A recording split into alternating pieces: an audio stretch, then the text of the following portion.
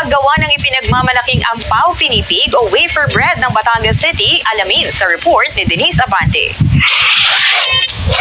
Sa mga nag-iisip dyan ng mga pwedeng pagkaabalahan ngayong magbabakasyon na naman sa eskwelahan, ating subukan ang paggawa ng ampaw pinipig na ituturo ng 51 anyos na si Myla ng Batangas City. Taong 2014 daw nang simulan niya ang paggawa ng ampaw pinipig. Kasi hindi naman kalakihan yung kinikita ko. Dahil nagkaroon kami ng problema noong 2014, kaya nag-isip ako ng another source of income para maitaguyod muli yung aming pamumuhay.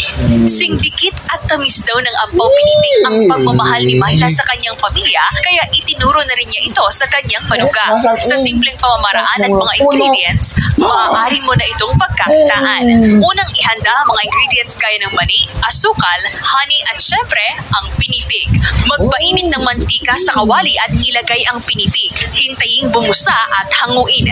Salain ang pinipig at palamigin ng 2 hanggang 3 minuto. Habang pinalalamig ang pinipig, tustahin ang mani sa kawali ng walang mantika at hintayin na mag-golden brown. Para sa paggawa ng arnibal, lagyan ng kaunting tubig ang kawali, 1/4 na takal ng asukal at kaunting honey. Kapag nag-golden brown na ang asukal at honey, ilagay na ang pinipig.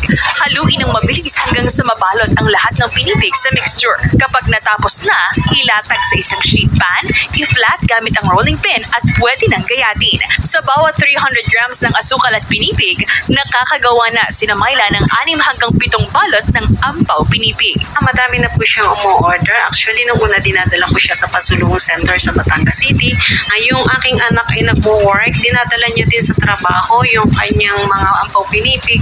Yung mga katrabaho niya umu-order, pinapadala sa ibang bansa. Sa ngayon, kumikita si Myla ng nasa mahigit 10,000 piso kada buwan dahil sa paggawa ng ampaw pinipig.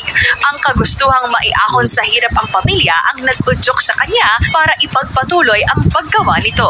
Kaya hinihikayat din niya ang mga kabataan at iba pang mga Batanggenyo na patuloy na magsumika para matupad ang mga pangarap. Kasama si J. Aruman Harris, Denise Abante, Balitang Southern Tagalog.